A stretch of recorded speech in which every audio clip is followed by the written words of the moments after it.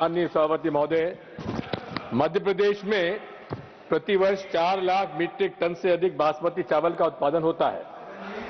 मध्य प्रदेश का बासमती चावल अन्य राज्यों से भी अच्छी किस्म का है, किंतु जीआई टैग नहीं मिलने के कारण पंजाब और अन्य राज्यों के व्यापारी मध्य प्रदेश के बासमती चावल पर अपने राज्य का जीआई टैग लगाकर उसे निर्यात करने का लाभ कमा रहे हैं।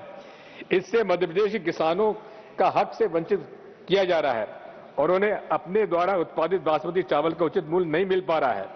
मध्य प्रदेश को बासमती चावल के लिए हमारे बड़े प्रयासों के साथ, जब मैं सांसद नहीं था उसके बाद भी माननीय शरद पवार साहब से मिलकर हम लोगों ने 2013 में बासमती चावल जो मध्य प्रदेश में पैदा होता है उसका जीआई टैग स्वीकृत करा दिया था, किंतु 2016 में मोदी जी की सरकार आने के बाद हमारा वो जीआई टैग निरस्त कर दिया गया।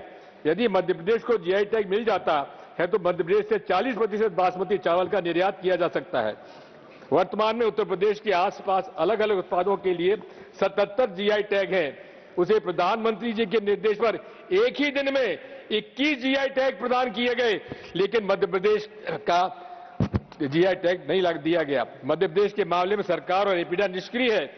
इस मामले में मेरे द्वारा दिनांक 1/12/25 को माननीय प्रधानमंत्री जी को पत्र लिखकर जो मध्य प्रदेश को बासमती चावल के लिए जीआई टैग देने का निवेदन किया गया था, उसके बारे में मैं आपसे निवेदन करना चाहता हूं कि उसके बारे में आज तक उन्होंने निर्णय नहीं लिया है। ये दुर्भाग्य हम लोगों का माननीय अध्यक्ष सभापति महोदय कि देश के कृषि मंत्री आज मध्य प्रदेश के हैं, जो लगभग 12 साल तक चीफ मिनिस्टर रहे, लेकिन आज कृषि मंत्री होने के नाते भी उन्होंने जीआई टैग हमको नहीं दिया हमारी बासमती चावल, जबकि अधिकांश बासमती चावल उन्हीं के चुनाव क्षेत्र में होता है। मैं माननीय सभापति महोदय, मैं ये भी निवेदन करना चाहता हूं, मध्य प्रदेश के बासमती चावल को जीआई टैग नहीं मिलने के कारण ये संदेह को बल मिलता है कि कहीं सरकार और अन्य राज्यों के व्यापारियों के साठगांठ के साथ कारण ऐसा तो नहीं हो रहा है। मध्य प्रदेश किसान के हित में सरकार को इस मामले को गंभीरता से लेकर तत्काल जीआई टैग